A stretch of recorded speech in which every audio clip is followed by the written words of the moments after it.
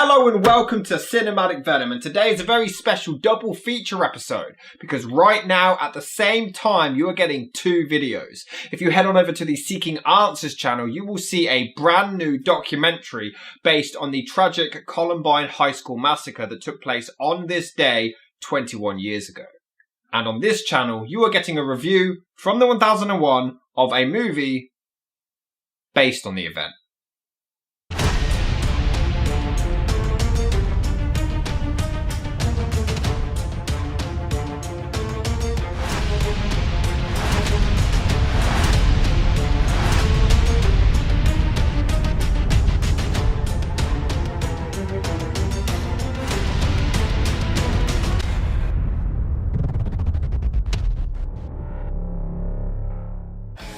So I couldn't hold it off any longer. The movie that I once called the worst film I had ever seen.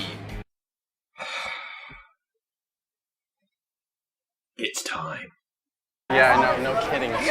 What happened to Gus Van Sant? This dude made my second favourite movie of all time. You made Good Will Hunting, man. Where did it all go wrong? And then you went and made Jerry, the terrible thriller of two guys walking in a desert doing nothing for 90 minutes. And that was only part one of the trilogy. Yeah, Gus Van Sant has a walking trilogy. That's right. Because a year later we got Elephant. Fun fact, the movie is called Elephant because you would rather have an elephant shit on your face than ever watch it again. True story. That good, huh? Okay, in reality, it's based on a 1989 short film of the same name, directed by Alan Clark. Van Sant believed it referred to the parable of the blind men and an elephant, where several blind men try to describe the animal and they all come up with different ideas based on what part of the body they touched, which he wanted to do in this movie, showing different viewpoints. However, the title was actually referring to the elephant in the room phrase, so Van Sant completely missed the point. That doesn't surprise me. However, Van Sant did try to copy Clark's filmmaking style with the tracking shots in his own film. It actually started out as a documentary on the Columbine High School massacre. Yeah, mine was better. Go watch it after this. It's good stuff. What? But this idea actually fell through, with Van Sant instead deciding to make a feature film based on a completely fictional school shooting instead. The movie didn't even have much of a script. Most of the actors improvised their own lines, and in fact, most of them weren't even actors. They were real school kids at the Whitaker High School in Portland, Oregon, though it was torn down in 2007. Probably to erase the bad memory of this movie. Shut up. Not only did this tripe actually win awards at film festivals, earn treble his box office revenue back, but it's one of Tom Hanks' favourite movies. It made it into the 1001, and Roger Ebert gave it a full 4 stars.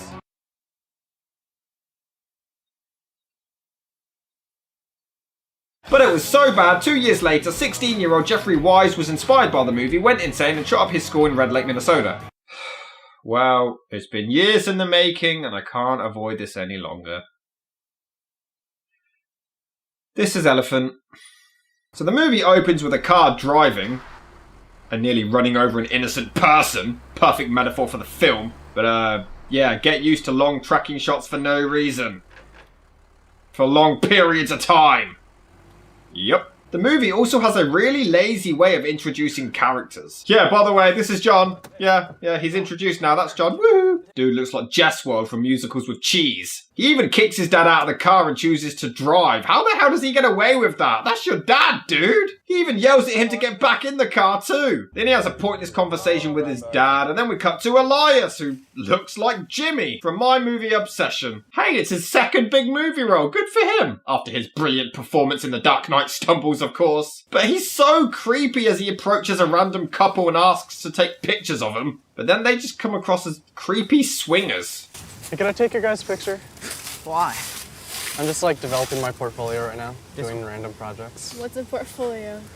It's when you put together pictures, you know, to present your work, get into galleries, stuff like that. What kind of work? Anything, like portraits mainly. Like naked people? No. No. Want to go get naked with you? Ew. And then we follow John. Just walking. Nothing of note happens during this walk. It's just him entering a building to make a phone call.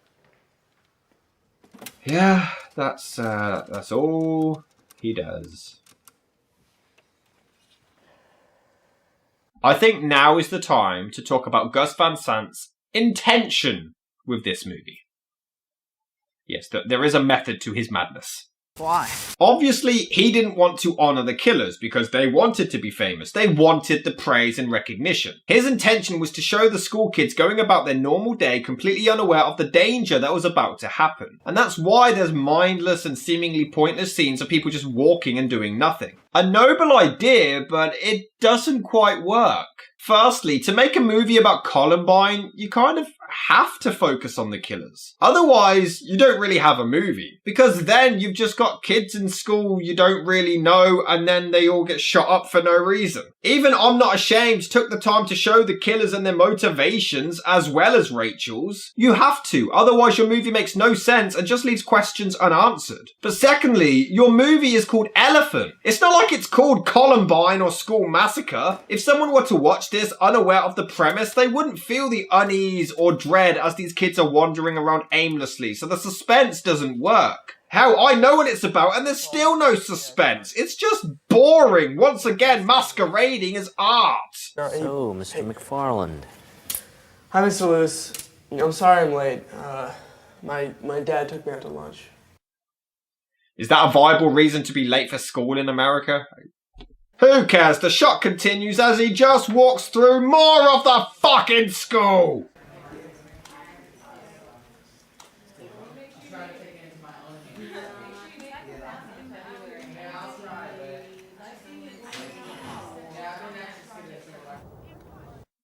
What the hell was that? Why was the teacher looking at him like that? What the hell just happened? Creepy pedo. Oh, they're playing ball now. Oh shit, it's getting exciting. And I hope you enjoy this soft piano music. But look at that school field. Isn't it gorgeous? I'm just loving the sight of the grass. Oh, the sky looks magnificent, doesn't it? Oh, it looks like it was a nice day on set. Shooting must have been wonderful. I mean, there wasn't too much wind to disrupt it. This looks glorious. Ah, it must have been a really easy editing job, actually. Yeah.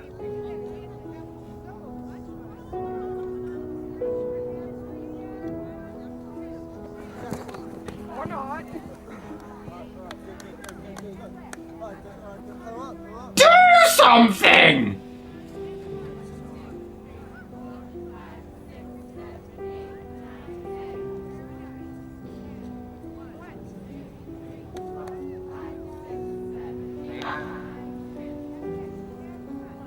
Something!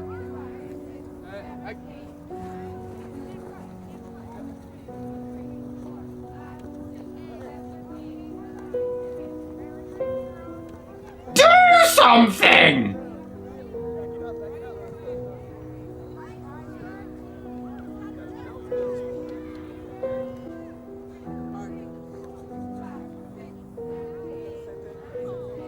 Whoa!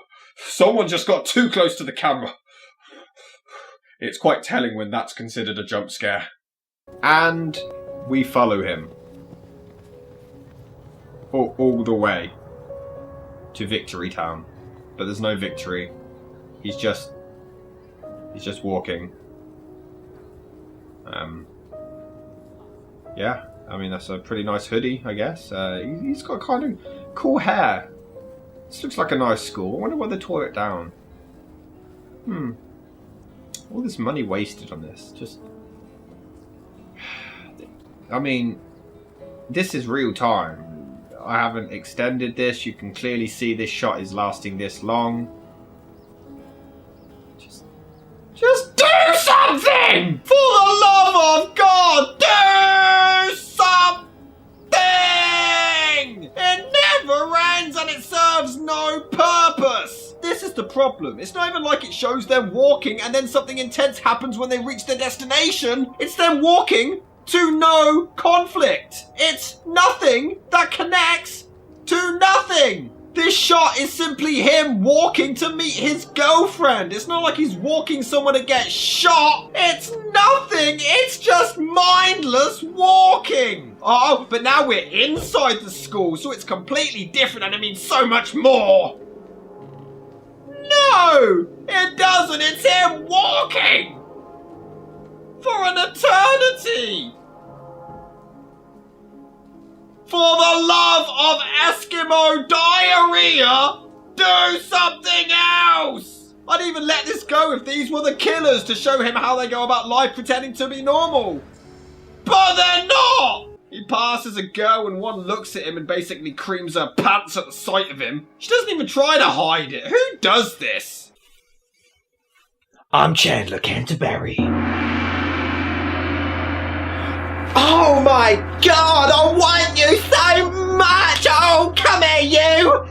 And then after the mind-numbing walking, by the way, that was Nathan and Carrie. And then right back to creepy teacher man who immediately dismisses John without speaking to him anyway. So what was the point? And then right back to more fucking walking! But you see, now they really show the creativity by having him walk towards the camera. All the creative choices made by this artistic director really are intriguing.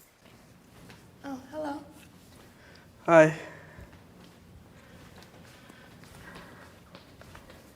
What's wrong? Nothing. You're crying. Yeah. Is something bad? Yeah, his acting. And then she kisses him and leaves. I'll see you later. Who was that? His girlfriend? I mean, we never see her again. We never find out. They don't act like a couple. It's just weird. Oh, and by the way, that was Acadia? Some girl. Then we get a rotating shot of the teacher and students improvising dialogue. So we were talking about walking down the street, being gay. What do you think about that? How can you tell? Well, or can you tell? Good That's question. the other question. Yeah, that's the thing. About nothing! No, I think in some situations you can tell, and I think there are situations. Nothing! Gus Van Sant's favourite movie is Big Nothing! Nothing connects to the plot. It's just about nothing. Much Ado About Nothing was named after this fucking movie! So you get around to breed, and it's more, and it's not. So they waste a lot of money. So they're doing all this research. And she looked directly at the camera. These rejects can't do anything right. Most of them don't even have any lines. The camera just awkwardly passes them while they don't even speak. Well, and then why would it even matter? Like, why? I mean, you're wearing a bracelet and you're not gay, and who cares either way? You got the last bit right at least. So Elias meets up with John, who agrees to get his picture taken, but his pose is so weird. Can I take a picture of you? Yeah, sure. Here, one. Good. God, he's so cool. And then we follow John for some more fucking walking! And I mean, we watch him walk all the way outside. He sees a dog leap into the air, and they slow-mo it for some reason. Art. Fart! But even weirder, the two shooters finally approach the school, and he immediately knows they're up to no good. How? I mean, sure, they kind of stand out, I guess, but he fully confronts them like he knows they're about to blast everyone away. What the hell? And here's another issue. Gus Van Sant actually denies this movie being based on the Columbine High School massacre. And he is wrong. Yep. I am calling the director and writer of this movie wrong. And I'm going to prove it to you. Firstly, Columbine was shot up by two kids, Eric Harris and Dylan Klebold. One of the killers in this movie is called Eric, and he's played by a skinny blonde kid, just like in real life. Sure, that could just be a coincidence, but I'm just reeling you in. What's the big deal? As the killers head inside the school, John approaches them, and the brunette killer, I'm assuming to resemble Dylan Klebold, even though he doesn't, says, Get the fuck out of here and don't come back. Some heavy shit's going on. What are you doing? Now, this is very similar to a real encounter that happened on the day of the Columbine attack. Just moments before the shooting began, Eric was confronted by a friend called Brooks Brown, in which Harris told him to leave the premises and to go home. Now sure, it's not word for word, but these kids in the movie start blasting anyone and everyone. It just seems weird and out of place to believe that this exchange was put here for any reason but to mimic the Columbine event. They also show the other killer named Alex being bullied, which is one of the Columbine killer's main motivations. Alex starts scouting out the entire cafeteria area, the main focus of the Columbine massacre. They play first-person shooter games like the Columbine killers did. They support the Nazis like the Columbine killers did. They plot out their entire plan to the minute like the Columbine killers did. They plan to blow up the cafeteria and then shoot all the remaining survivors, the exact same plan as Columbine. We have enough explosives to last us almost a day. Most importantly, have fun, man. That was an exact quote from Dylan Klebold's final journal entry before the attack. The cafeteria bombs failed to detonate, just like in Columbine. Most of the murders take place in the library, just like in Columbine. They stop to have a drink halfway through, just like in Columbine. It's Columbine! Why are you saying it's not a Columbine movie and then go out of your way to make as many references to the Columbine massacre as possible? The thing is, it almost relies on you having knowledge and having researched Columbine. Alex scouts out the cafeteria, but if you know nothing about Columbine, you wouldn't know what he's doing. Where are you riding? Oh, this? Yeah. It's my plan. For what? Oh, you'll see. Wait, I thought everyone bullied them. Now they notice and talk to them? Make up your mind! This is just forced foreshadowing. Nobody talks this way. He even starts to hear voices inside his head and begins to lose it. But Eric was the psychopath and not Dylan. They can't even differentiate between the two killers! Why is Alex the main focus in this one when Eric was the main orchestrator? But you know what? We haven't had much walking for a while. Let's watch Elias do some more of that. Oh, wow. I mean, he has got some seriously strong and healthy legs. Just look at that stride. Oh, this is fantastic leg work. Oh, I can't wait to get out of quarantine so I can try this. Oh, isn't this relaxing? It's just so soothing and watching people do their daily exercise. This must have been a fun day, fun to shoot. I mean, just look at it. Just look at the art and talent on the screen right now. Do something! I'm gonna kill a man! Oh, by the way, this is Michelle. She walks too, but God, she looks miserable. She does not want to be there.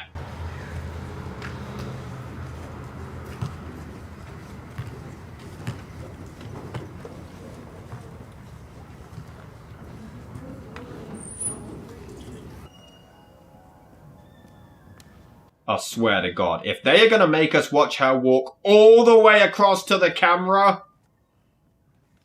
They are, aren't they? They actually are. They're going to make us watch all of this! Well, maybe Elias developing photos will be more interesting.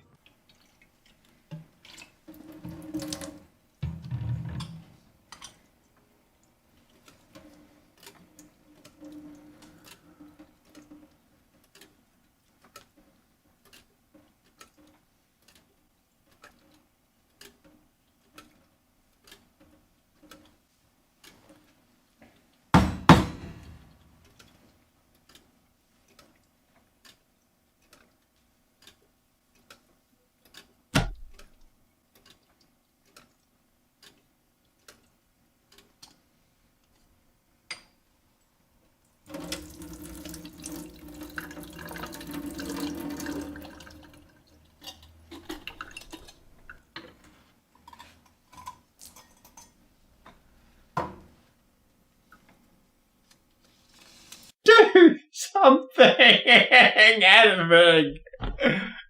Anything! Just do something! I mean, again, I get what they're trying to do, but teenagers are interesting. Why are you showing boring and mundane things? You could show their lives and show the interesting parts, but instead you're showing the boring shit to put you in a coma. The thing is, I would let this go if this was like Pink Flamingos and the director kind of knew that it sucked. But no, Gus Van Sant is actually convinced that this was genius and it was some form of masterpiece. This is complete art that never has any flaws. It's flawless masterpiece and it needs to go in the Movie Hall of Fame. It's so darn good. Well, the Columbine High School massacre was 4 years ago, and it was because of that incident that I thought there was so much press about it. There's so many different pieces that I thought that it'd be good to have a dramatic piece that investigated a similar area. It would have been somewhat fictional. It would not have been in like a fictionalization or a you know, something that approximated maybe the mind of the kids that ended up shooting the school and then killing themselves. And because of this sort of hypersensitivity at the time, it became something that nobody really wanted to do.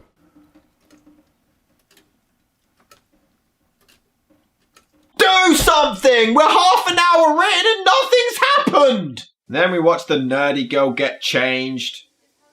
And that's pretty much it. And then we see Alex's house. I thought you didn't want to honour the killers. So why are you now bothering to show us their home and their backstory? But oh, just in case you didn't find Elias developing photos riveting enough already, watch some more of it! What's that? It's a rip in a shirt. Oh, I thought it was coming out of her head. No. No, we took that outside at the park earlier. Okay.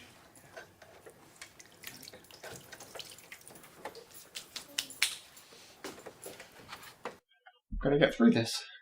I'm gonna get through this. I will get through this! Okay. And as explained, Van Sant thinks he's clever and artsy and shows Elias taking John's photo again, but this time from Elias's point of view.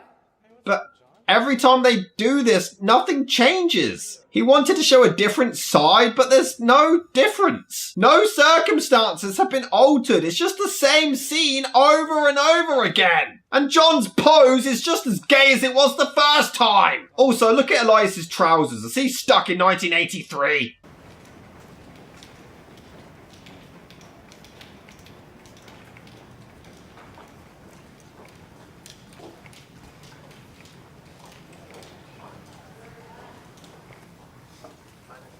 Glad you came in today. Please sign in. Come on out here. I've got a job for you here. You can take these books and you can reshelf them right over there if you would please. Okay. Okay. I'll be here if you need me. Just do something! Do something! Please. Oh yeah, Brittany, Jordan and Nicole, yeah, they're important.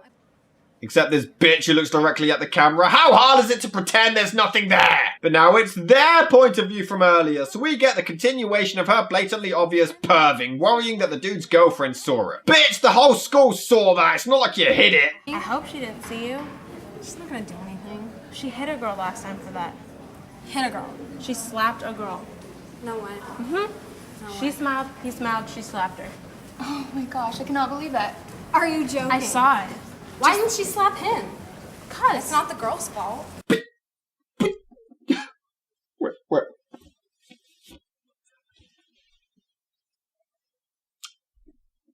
A girl checking out a guy isn't the girl's fault. It's still the guy's fault. What? So if a girl walks out with her tits showing, like, it's cut down the middle, you can see everything, and a guy looks, well, that's the woman's fault then. Right? In fact, that analogy doesn't even work because this guy wasn't wearing anything revealing. Fuck's sake. But how rude. The cameraman just waltzes right into the cafeteria kitchen and catches the staff smoking. Why are we being shown all of this? None of it connects. I mean, I guess it's at least well rehearsed, well shot and well choreographed, but that's it. What good is it choreographing scenes when nothing is happening? Okay, so the girls discuss what to do after school. They're annoyed because one of them keeps ditching them. Wonderful. This is never mentioned again and connects to nothing. I've been there for you through everything. Through everything. I know. We've been best friends for what? 3 years now? Ever since high school started. Pussy numbers. 25 years, mate. But then they leave. Didn't they only just get there? They didn't even finish their lunch. What a waste, you ungrateful little hoodlums. Okay, I'll go, but you cannot drive. Yeah, you're not driving.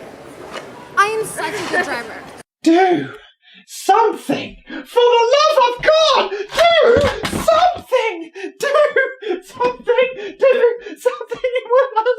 Just do something! Do something! If a porg came in the scene right now and did a tap dance, I'd praise it. If a flamingo came in and raped a chicken. If a flamingo raped a chicken right now, I would welcome it.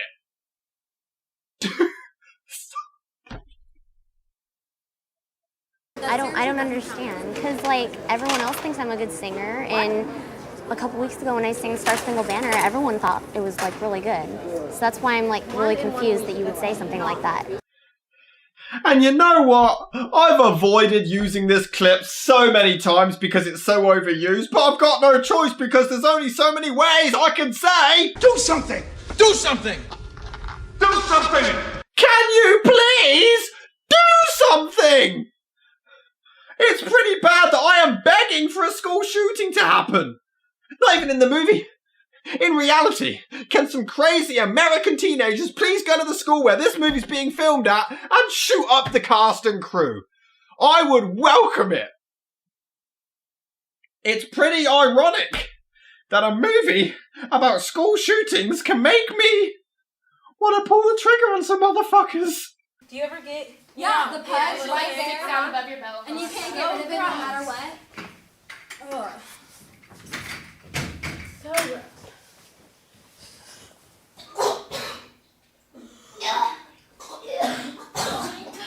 I am watching teenage girls make themselves sick in the toilets. No, even worse, we're just listening. What is this? This is in the 1001. The Green Mile isn't in here, but Elephant is. Why? I have to know. How do you convey the horror that unfolded at the Columbine High School on April the 20th, 1999? I thought it wasn't a Columbine movie. Van Sant's film eschews realism. But what? The movie's whole point is to be realistic. It's supposed to show realism. The author of this book doesn't even know why the films are in here. At least it refuses a blow-by-blow account of what happened. No, that would be interesting. He also steers clear of specifics by suggesting the setting could be anywhere. The film is glacial in detailing the banality of a normal school day. You just said it avoids realism, and now you're saying it shows a normal school day. Which one is it? In one sequence, we follow a student from the playing fields and into a class to the strains of Beethoven's Moonlight Sonata. It's beautiful, yet unsettling. No! It's pointless, yet arse-numbingly boring! Fuck this book! You suck. So we finally cut to the killers and Alex is playing the piano. See? He's a very sensitive soul. I mean, I guess the music is nice, but what's the point of it? And then we officially meet Eric, played by Eminem?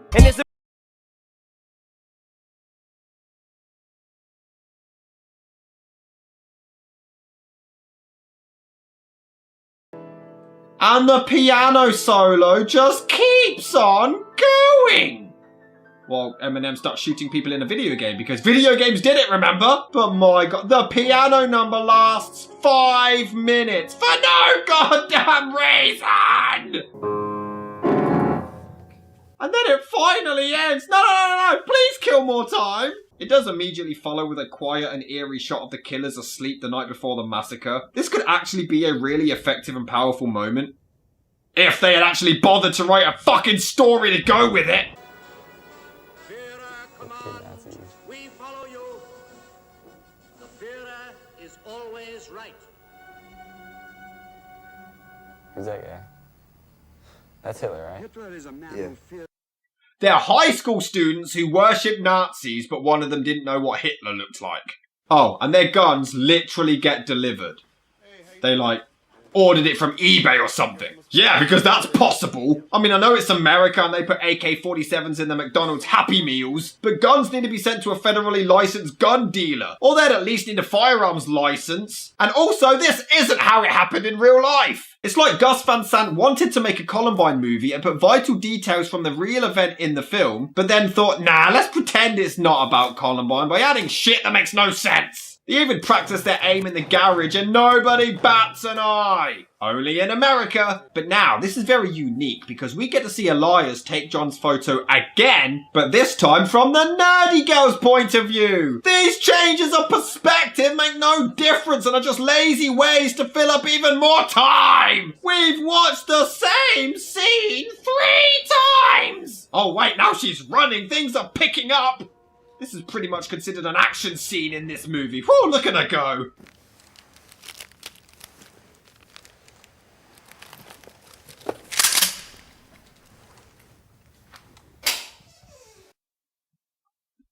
The acting is just so bad. It looks unconvincing. It looks staged. I don't know what else I can say. Just look at it. Huh? Avoid looking at the camera and stare. I guess this is it. We were that today. Yeah, I never even kissed anybody. Have you?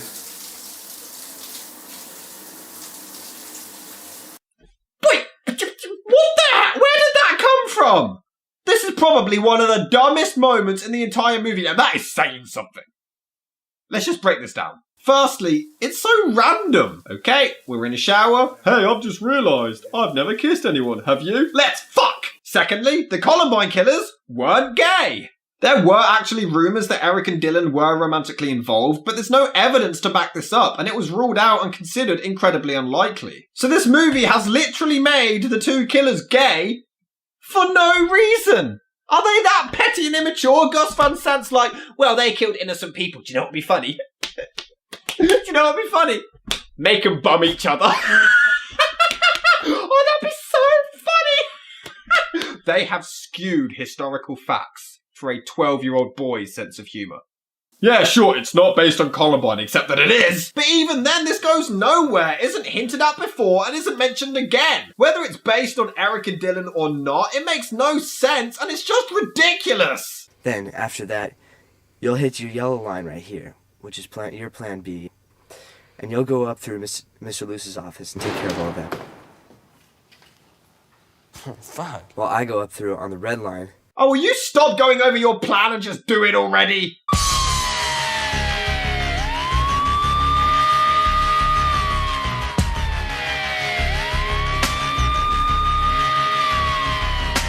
Now have a long, boring, silent car drive to the school. My god, this could be eerie and ominous, but it's just boring. Oh, and just in case you didn't quite get that they're evil just yet, they have a devil air freshener.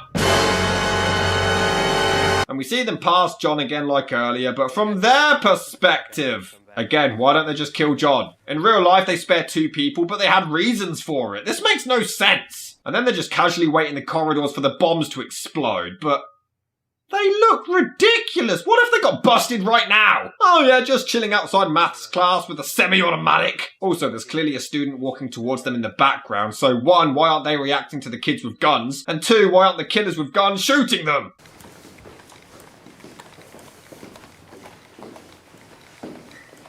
My god, they're walking down corridors shooting firearms and they're still boring.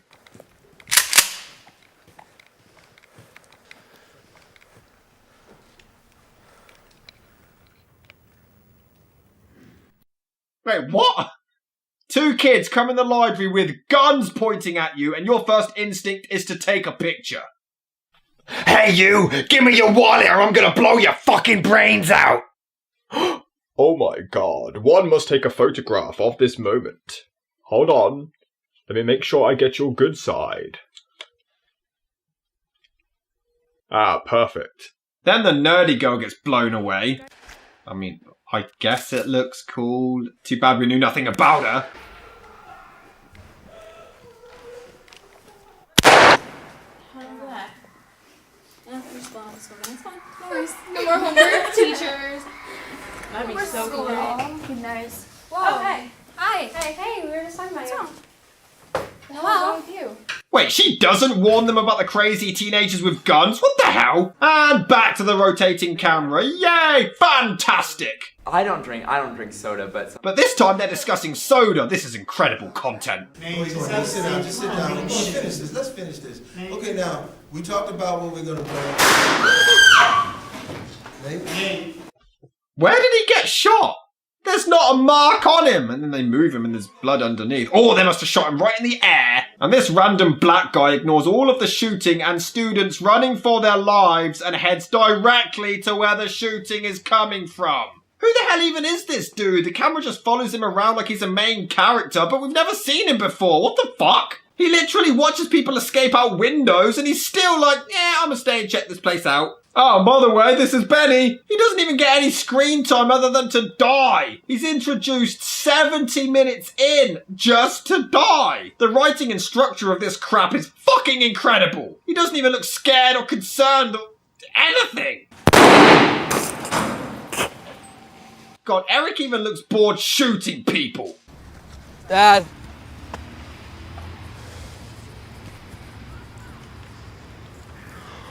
School's on fire. You alright? Yeah, what's going on? 2 minutes ago, John was running around campus trying to warn everybody, don't go in there, there's danger. His dad shows up. Oh, hey, Dad, what's up? He sounds so bored. I saw two guys come from the other side. Holy God. They had big black bags and camo gear on. Oh my God. Dude, people are dying. Emote. Where'd you go? Oh, I'm sorry.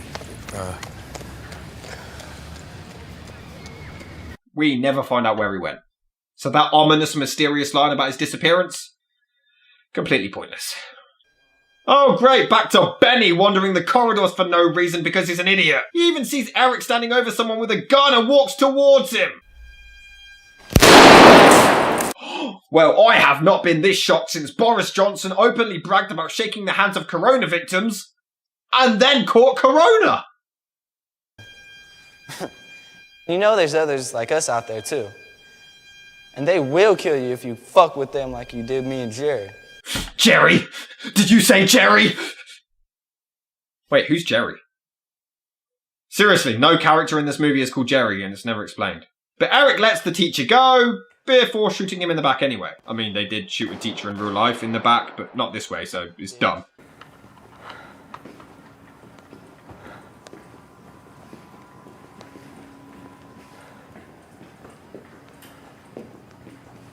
Look, long shots of him walking down a corridor is still boring, even when he's holding a gun. Do something! And I won't lie, I completely forgot about the jock and his girlfriend. Wait, wouldn't he have been one of the bullies? So why does he have so much screen time?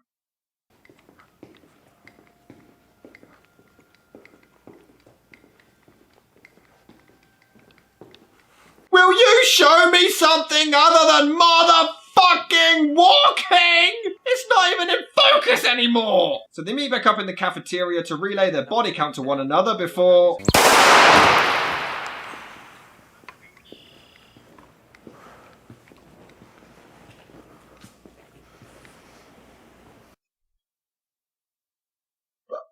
Why did he do that? Why? Okay, so there actually is a theory that Eric Harris actually shot Dylan Klebold in the real-life Columbine High School massacre. Based on how their bodies were found, it seemed plausible considering their positions. This was, however, debunked as Eric Harris's brain matter was found underneath a Molotov cocktail of Dylan's, suggesting that Eric actually killed himself first. But that was in the library, not the cafeteria, and this movie has Alex do it and not Eric. And again, even if you want to say it's not a Columbine movie, why did he do it then? It makes no sense! Now, some people have said he just used Eric to rack up the body count, and then once he did that, he no longer needed him and got rid of him. But that is literally shown nowhere in the film. People are just clutching at straws to try to explain this movie's bullshit because they know it sucks. Then Alex finds the bully and his girl in the freezer and does the eeny, meeny, miny, mo thing. Alright, admittedly, this is actually kind of creepy. Eeny, Stupid fuck. meeny, What are you doing? miny, Please, mo. don't. Catcher, Something you want to do. tiger, bias, toe. Please. Iffy, hollers, let him Sick. go. Don't do this. I am so scared. Please don't do this. And that's it. The camera pans back and it just ends. Yep. There! I did it alright! Are you happy? I finally reviewed Elephant. I got it out of the way, and you know what? It's still not as bad as Jerry.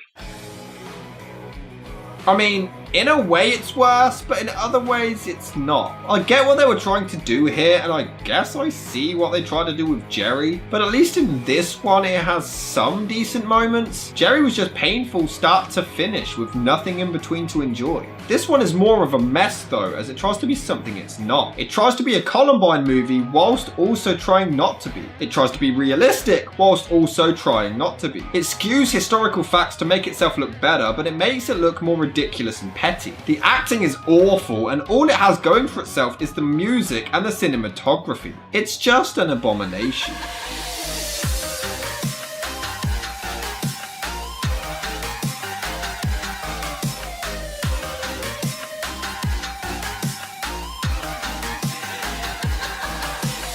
And then Gus Van Sant made another to close the trilogy.